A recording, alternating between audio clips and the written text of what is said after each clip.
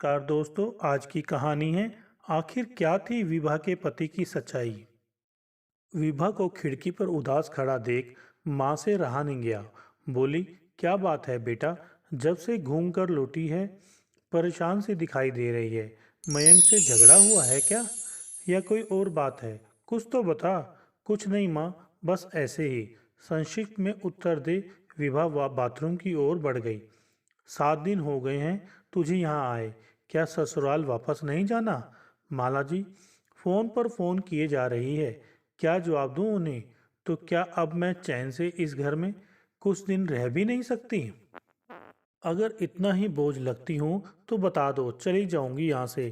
कहते हुए विभा ने भड़ाक से दरवाजा बंद कर लिया। अरे मेरी बात तो सुन। बाहर खड़ी माँ की आंखें आंसुओं से भीग गई। अभी कुछ दिन पहले ही बड़ी धूमधाम से अपनी इकलौती लाडली बेटी विभा की शादी की थी। सब कुछ बहुत अच्छा था।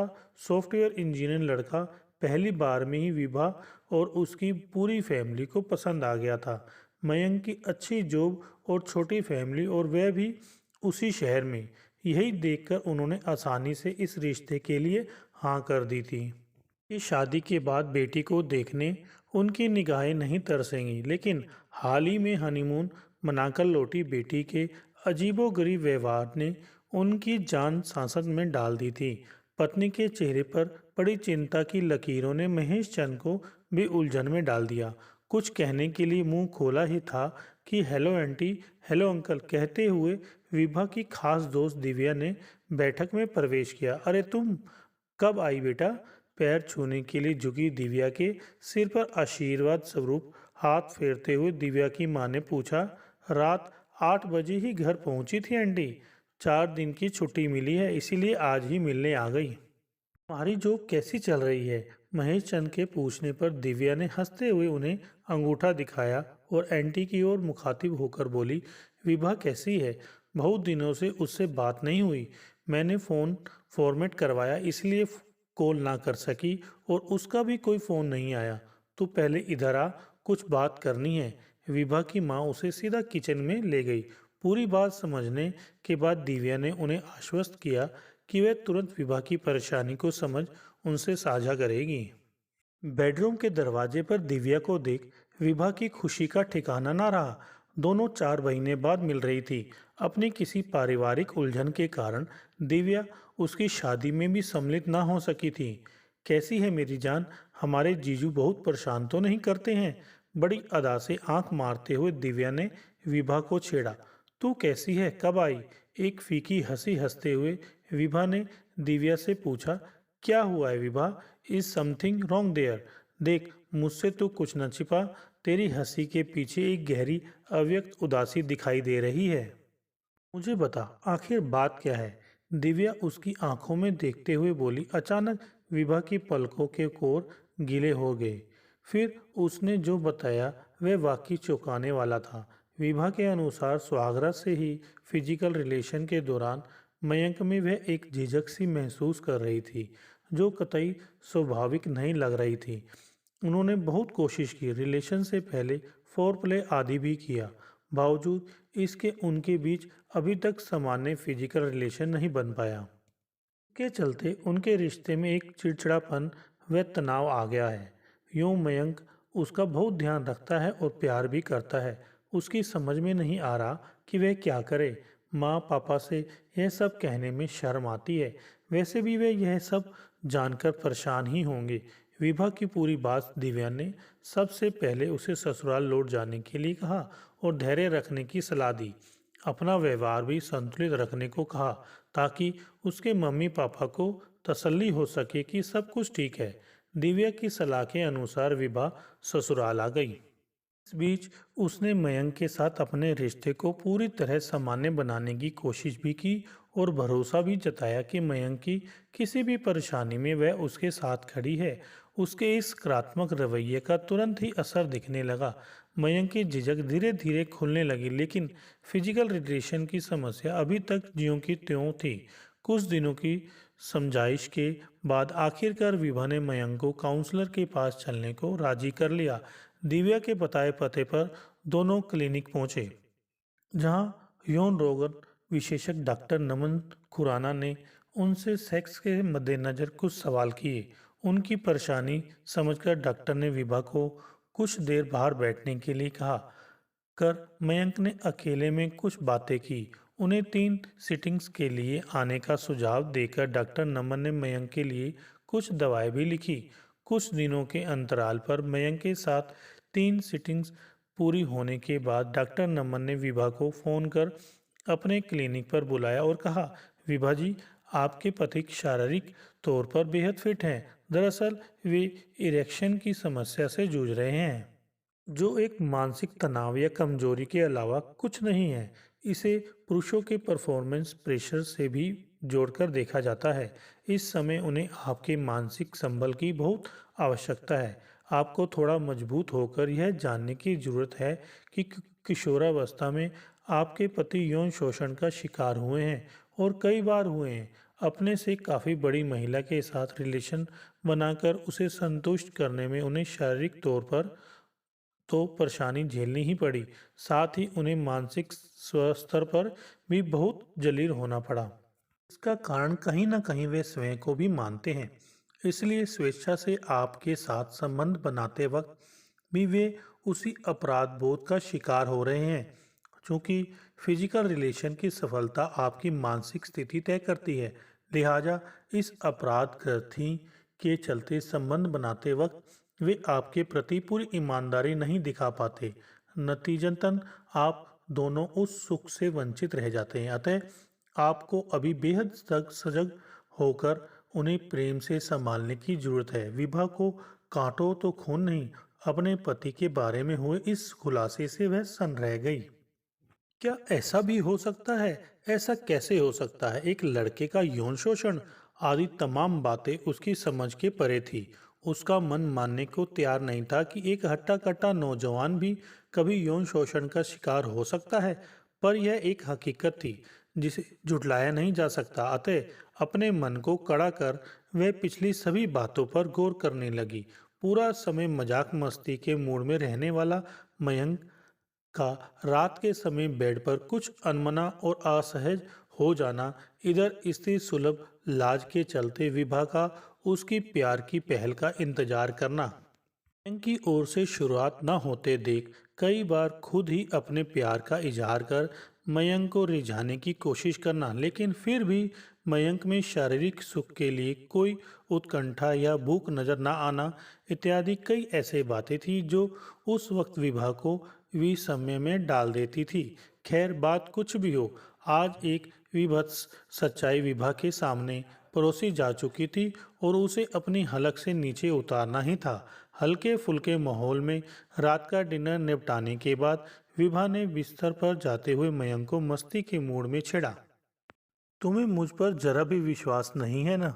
नहीं तो ऐसा बिल्कुल नहीं है। अब तुम ही मेरे जीने की वजह हो। तुम्हारे बगैर जीने की तो मैं कल्पना भी नहीं कर सकता।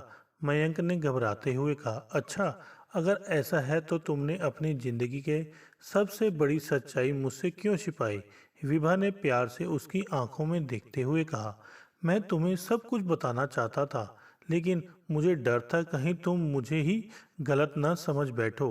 मैं तुम्हें बहुत प्यार करता हूँ विभा, और किसी भी कीमत पर तुम्हें खोना नहीं चाहता था। इसलिए कहकर मयंक चुप हो गया। कुछ देर की गहरी खामोशी के बाद अपनी चुप्पी तोड़ते हुए मयंक बताने लगा। मैं 10th में पढ़ने वाला 18 वर्षीय किशोर था जब कामनी आंटी से मेरी पहली मुलाकात हुई। उस दिन हम सभी दोस्त क्रिकेट खेल रहे थे। अचानक हमारी बॉल पार्क के बेंच पर अकेली बैठी कामनी आंटी को जा लगी। अगले ही पल बॉल कामनी आंटी के हाथों में थर। चूंकि मैं ही बैटिंग कर रहा था, अतः दोस्तों ने मुझे ही जाकर बॉल लाने को कहा। मैंने माफ़ी मांगते हुए उनसे बॉल मांगी तो उन्होंने इट्स ओके कहते हुए वापस कर दी। वक्त 30-35 वर्ष की उम्र, दिखने में बेहद खूबसूरत व पढ़ी लिखी सलीकेदार कामनी आंटी से बात कर मुझे बहुत अच्छा लगा था। फाइनल परीक्षा होने को थी, अतः मैं बहुत कम ही खेलने जा पाता था। कुछ दिनों बाद हमारी मुलाकात होने पर बातचीत के दौरान कामनी आंटी ने मुझे पढ़ाने की पेशकश की, जिसे मैंने सहज स्वीकार कर लिया। क्योंकि मेरे घर से कुछ ही दूरी पर उनका अपार्टमेंट था, इसलिए मम्मी पापा से भी मुझे उनके घर जाकर पढ़ाई करने की इजाज़त मिल गई। फिजिक्स पर कामनी आंटी की पकड़ बहुत मजबूत थी। कुछ लेसन जो मुझे बिल्कुल नहीं आते थे, उन्होंने मुझे अच्छी तरह समझा दिए। उनके घर में शांति का माहौल था, बच्चे थे नहीं और अंकल अधिकतर टूर पर ही रहते थे। कुल मिलाकर इतने बड़े घर में रहने वाली वे अकेली प्राणी थी। बस उनकी कुछ बातें हमेशा मुझे खटकती, जैसे पढ़ाते वक्त उनका मेरे कंधों को हौले से दबा देना, कभी उनके रेंगते हाथों की छुअन अपनी जांघों पर महसूस करना। ये सब करते वक्त वे बड़ी अजीब नज़रों से मेरी आंखों में देखा करती थी, पर उस वक्त ये सब समझने के लिए मेरी उम्र बहुत छोटी थी। उनकी ये बातें मुझे कुछ परेशान अवश्य करती थी, लेकिन फिर पढ़ाई के बारे में सोचकर मैं वहाँ जाने का लोभ संवरण ना कर पाता। मेरी परीक्षा से ठीक एक दिन पहले पढ़ते वक्त उन्होंने मुझे एक गिलास जूस पीने को दिया और कहा कि इससे परीक्षा के वक्त मुझे एनर्जी मिलेगी। जूस पीने के कुछ देर बाद ही मुझे नशा सा होने लगा। मैं उठने को हुआ और लड़खड़ा गया। तुरंत उन्होंने मुझे संभाल लिया। उसके बाद क्या हुआ मुझे कुछ याद ना रहा। 2-3 घंटे बाद जब मेरी आंख खुली तो सिर में भारीपन था और मेरे कपड़े अव्यवस्थित। मैं बहुत घबरा गया। मुझे कुछ सही नहीं लग रहा था। कामनी आंटी की संदिग्ध मुस्कान मुझे विचलित कर रही थी। दूसरे दिन पेपर था, अतः दिमाग पर ज्यादा जोर ना देते हुए मैं तुरंत घर लौट आया। दूसरा पेपर मैथ का था। चूंकि फिजिक्स का पेपर हो चुका था, इसलिए कामनी आंटी के घर जाने का कोई सवाल नहीं था। 2-3 दिन बाद कामनी आंटी का फोन आया। आखिरी बार उनके घर में मुझे बहुत अजीब हालत का सामना करना पड़ा था, अतः मैं अब वहां जाने से कतरा रहा था। लेकिन माँ के जोर देने पर कि चला जा बेटा, शायद वे कुछ इम्पोर्टेंट बताना चाहती हूँ, चाहते हुए भी मुझे वहां जाना पड़ा। उनके घर पहुंचा तो दरवाज़ा अध खुला था। दरवाजे को ठेलते हुए मैं उन्हें पुकारता हुआ भीतर चला गया। हाल में मंदिम रोशनी थी। सोफे पर लेटे हुए उन्होंने इशारे से मुझे अपने पास बुलाया। कुछ हिचकिचाहट में उनके समीप गया तो मुंह से आ रही शराब की तेज दुगंध ने मुझे पीछे हटने पर मजबूर कर दिया। मैं पीछे हट पाता उससे पहले ही उन्होंने मेरा हाथ पकड़कर मुझे सोफे पर अपने ऊपर खींच लिया। बिना कोई मौका दिए उन्होंने मुझ पर चुम्बनों की बौछार शुरू कर दी। यह क्या कर रही हैं आप? छोड़िए मुझे, कहकर मैंने अपनी पूरी ताकत से उन्हें अपने से अलग किया और बाहर की ओर लपका। रुको, उनकी गरजती आवाज़ ने मानो मेरे पैर बांध दिए। मेरे पास तुम्हें कुछ दिखाने को है, कुटिलता से उन्होंने मुस्कुराते हुए कहा। फिर उनके मोबाइल में मैंने जो देखा वह मेरे होश उड़ाने के लिए काफ़ी था। वह एक वीडियो था जिसमें मैं उनके ऊपर साफ तौर पर चढ़ा दिखाई दे रहा था और उनकी भंगिमाएं मुझे नानुकुर सी प्रतीक हो रही थी। उन्होंने मुझे साफ साफ धमकाते हुए कहा कि यदि मैंने उनकी बातें न मानी तो वे इस वीडियो के आधार पर मेरे खिलाफ रेप का केस कर देंगी। मुझे व मेरे परिवार को कॉलोनी से बाहर निकलवा देंगी। मेरे पांव तले जमीन खिसक गई। फिर भी मैंने अपना बचाव करते हुए कहा, ये सब गलत है, मैंने ऐसा कुछ नहीं किया है। तब हंसते हुए बोली, तुम्हारी बात पर यकीन कौन करेगा? क्या तुमने देखा नहीं कि मैंने किस तरह ये इस वीडियो को शूट किया है? इसमें साफ साफ मैं बचाव की मुद्रा में हूँ और तुम मुझसे जबरदस्ती करते नजर आ रहे हो। मेरा हाथ पांव फूल चुके थे। मैं उनकी सभी बातें सिर झुकाकर मानता चला गया। जाते समय उन्होंने मुझे सख्त हिदायत दी कि जब जब मैं तुम्हें बुलाऊं चले आना, कोई नानुकुर नहीं चलेगी और भूल कर भी ये बातें कहीं शेयर ना करूं, वरना वे मेरी पूरी जिंदगी तबाह कर देगी। मैं उनके हाथों की कठपुतली बन चुका था। उनके हर बुलावे पर मुझे जाना होता था। अंतरंग संबंधों के दौरान भी वे मुझसे बहुत क्रूरतापूर्वक पेश आती थी। उस समय किसी से यह बात कहने की मैं हिम्मत नहीं जुटा सका। एक तो अपने आप पर शर्मिंदगी, दूसरे माता पिता की बदनामी का डर। मैं बहुत ही मायूस हो चला था। मेरी पूरी पढ़ाई चौपट हो चली थी। करीब साल भर तक मेरे साथ यही सब चलता रहा। एक बार कामनी आंटी ने मुझे बुलाया और कहा कि आज आखिरी बार मैं उन्हें खुश कर दूं तो वे मुझे अपने शिकंजे से आज़ाद कर देगी। बाद में पता चला कि अंकल जी का कहीं दूसरी जगह ट्रांसफ़र हो गया है। महीनों एक लाचार जीवन जीते जीते मैं थक चुका था। उस बेबसी और पीड़ा को मैं भूल जाना चाहता था। उसी साल मुझे भी पापा ने पढ़ने के लिए कोटा भेज दिया, जहाँ मैंने मन लगाकर पढ़ाई की। पर अतीत की इन परछाइयों ने मेरा पीछा शादी के बाद भी नहीं छोड़ा, जिस कारण आज तक मैं तुम्हारे साथ न्याय नहीं कर पाया। मैं शर्मिंदा हूँ, मुझे माफ़ कर दो विभा। मयंक की आंखों में दर्द उतर आया। नहीं मयंक, तुम क्यों माफ़ी मांग रहे हो? माफ़ी तो उसे मांगनी चाहिए जिसने अपराध किया है। मैं उस औरत को उसके लिए किए की सजा दिलवा कर रहूंगी और तुम्हें न्याय। कह विभा ने मयंक के आंसू पोंछे। नहीं विभा, वह औरत बहुत शातिर है। मुझे उससे बहुत डर लगता है। तुम्हारा यही डर तो मुझे खत्म करना है। ते हुए विभा ने मन में कुछ ठान लिया। अगले दिन से विभा ने कामनी आंटी के बारे में पता करने की मुहिम छेड़ दी। जिस अपार्टमेंट में वे रहती थी, वहां जाकर खोजबीन करने पर उसे सिर्फ इतना पता चला कि कामनी आंटी के पति का ट्रांसफ़र भोपाल में हुआ है। लेकिन उसने हिम्मत नहीं हारी।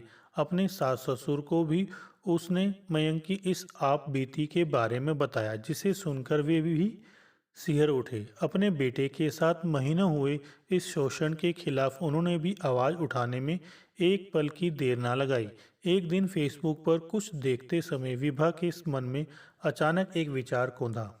उसने कामनी गुप्ता के नाम से एक एफबी पर सर्च किया। भोपाल की जितनी भी कामनी मिली, उनमें उस कामनी को ढूंढना असंभव नहीं पर मुश्किल जरूर था।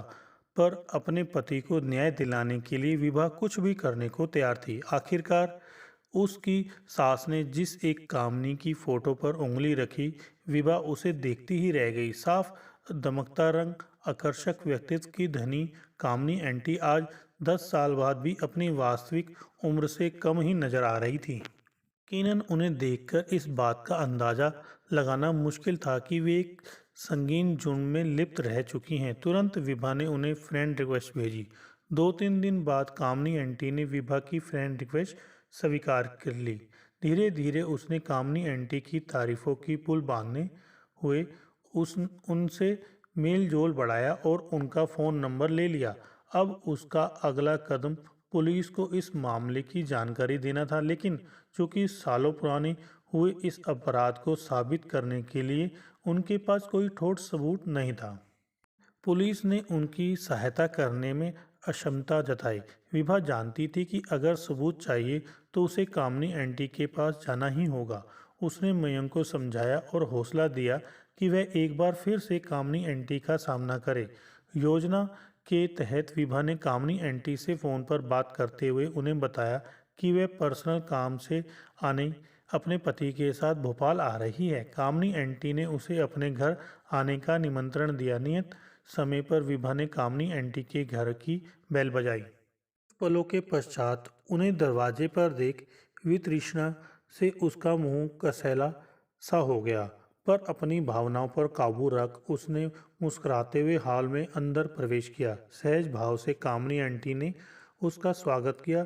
कुछ औपचारिक बातों के मध्य ही मयंक ने दरवाजे पर दस्तक दी। दरवाजे पर एक आकर्षक पुरुष को देख कामनी आंटी कुछ अचरज से भर उठी। उन्होंने मयंक पर प्रश्नवाचक निगाहें डालते हुए उसका परिचय जानना चाहा।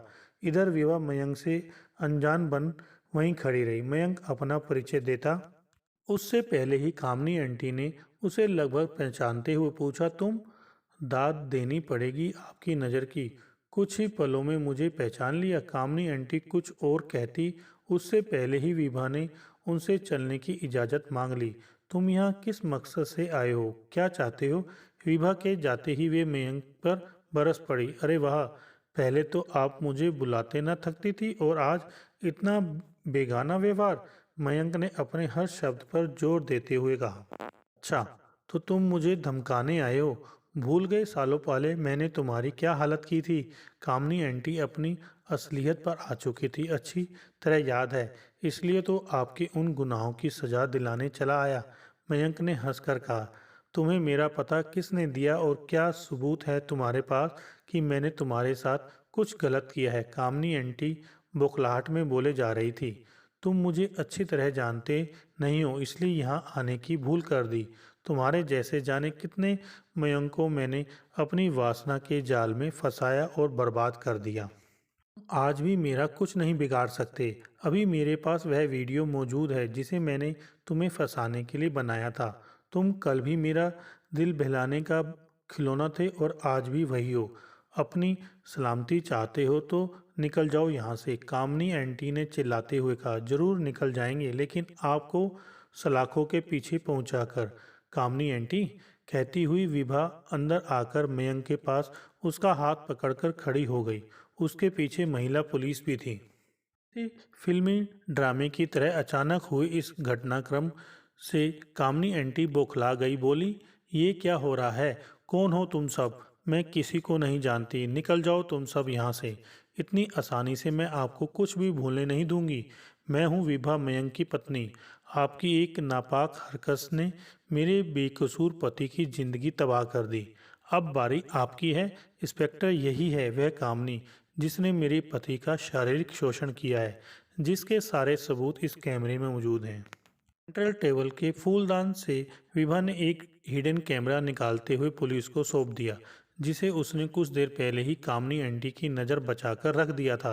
अपनी घिनौनी करतूत के सबूत को सामने देख अचानक ही कामनी आंटी ने अपना रुख बदला और मयंक के सामने गिड़गिड़ाने लगी। प्लीज़ मुझे माफ़ कर दो, मैं आइंदा किसी के साथ ऐसा नहीं करूँगी। तुम्हारे हाथ जोड़ती हूँ, प्लीज़ मुझे बचा लो। कुछ सालों पहले मैंने भी यही शब्द आपके सामने कहे थे और हाथ जोड़कर गिड़ाया था। आपने जरा भी दया नहीं दिखाई थी। कामनी आंटी की ओर घृणा से देखते हुए मयंक ने मुंह फेर लिया। पुलिस द्वारा की गई पूछताछ में पता चला कि कामनी आंटी के पति उन्हें शारीरिक सुख देने के काबिल नहीं थे, जिससे ना ही वे कभी मां बन सकी और ना ही उन्हें शारीरिक सुख मिला। लेकिन इस सुख को पाने के लिए उन्होंने जो रास्ता अपनाया वह नितांत गलत था। इधर मयंक का खोया सम्मान उसे वापस मिल चुका था। Thank you so much Vibha, तुमने मुझे एक शापित जिंदगी से मुक्ति दिलाकर मेरे खोया आत्मविश्वास वापस दिलाया है। कहते कहते मयंक का गला भर्रा गया। अच्छा, तो इसके बदले मुझे क्या मिलेगा? शरारत से हंसते हुए विभा ने उसे छेड़ा। ठीक है, तो आज रात को अपना गिफ्ट पाने के लिए तैयार हो जाओ। मयंक भी मस्ती के मूड में आ चुका था। शादी के बाद पहली बार मयंक के चेहरे पर वास्तविक खुशी देखकर विभा ने चैन की सांस ली और शर्माकर अपने प्रिय के गले लग गई। हेलो दोस्तों, अगर आपको हमारी ये वीडियो अच्छी लगी हो तो लाइक करें, शेयर करें और कमेंट्स करके बताएं कि हमारी ये वीडियो आपको कैसी लगी। साथ में चैनल को सब्सक्राइब करके बेल आइकन जरूर दबाएं।